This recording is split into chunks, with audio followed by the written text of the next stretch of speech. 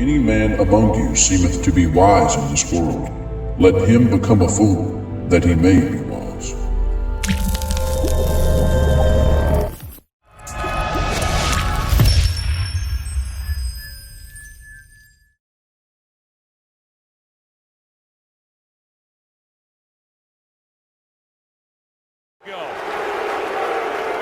Mike Nugent serenaded as he comes onto the field. Not bad when you're a kicker and there's new. Other football tweet. What other about football was tweet? it the Bengals? I forgot who it was, about a year ago. Yeah. There's in overtime, after there was the exchange of ball, so now it's sudden death overtime.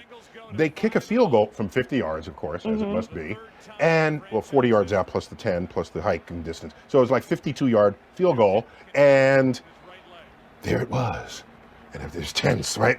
Everybody's silent, and the ball comes up, and it careens off the left upright and goes in for the win. Wow. And I said, I remember this. That's what I'm saying. I remember this That's tweet. what I'm saying. So I'm there and I said, wait, the angle of this, how long is it in? So I checked the stadium on its configuration, what's longitude and latitude, and I said, I did a quick calculation, and I tweeted, the winning field goal in that game was aided by a 1/3 of an inch deflection to the right from Earth's rotation.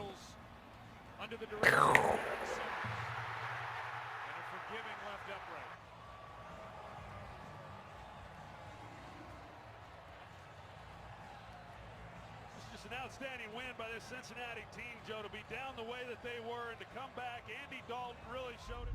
On October 14th, 2012, Felix Baumgartner officially reached an altitude of over 128,000 feet. His ascension took approximately 2.5 hours. His launch site was here, and his landing site was here. He landed 44 miles east of his launch site.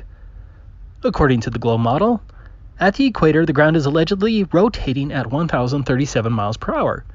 At the 33rd latitude, where Felix was located, the Earth is supposedly rotating at 867 miles per hour. So, if the ground was rotating at 867 miles per hour, then Felix should have landed roughly 2,000 miles to the west in the Pacific Ocean. Obviously, he didn't land in the Pacific Ocean. He actually landed 44 miles east of his launch site. That's the same direction as the Earth's supposed rotation, and absolutely the wrong direction. The alleged rotation of the Earth did not affect Felix's 2.5-hour ascent to that extreme altitude 1 iota.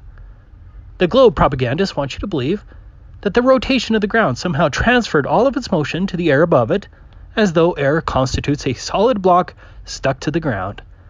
They also must claim even the thinner upper layers of the atmosphere miraculously speed up to keep up with the ground below, as though the air can be connected to the ground like spokes on a bicycle wheel. The globe claim is patently absurd.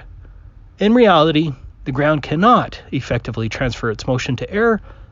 Moreover, the layer of air close to the surface cannot then transfer its motion to the air above it, and so forth.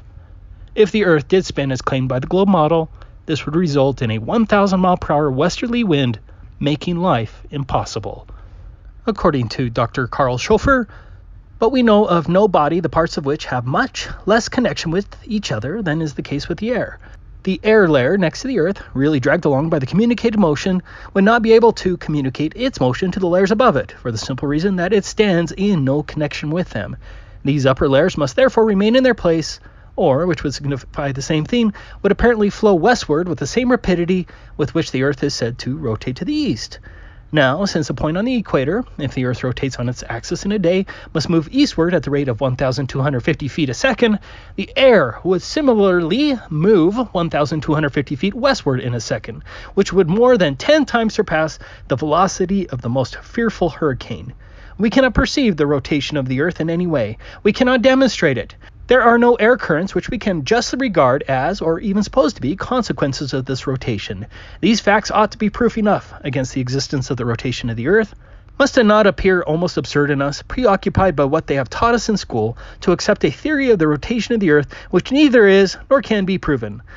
Must we not wonder at the readiness of the learned of nearly the entire world from the time of Copernicus and Kepler to accept the conception of the rotation of the earth and then search afterwards, now for nearly 3.5 centuries, for arguments to maintain it, but of course without being able to find them.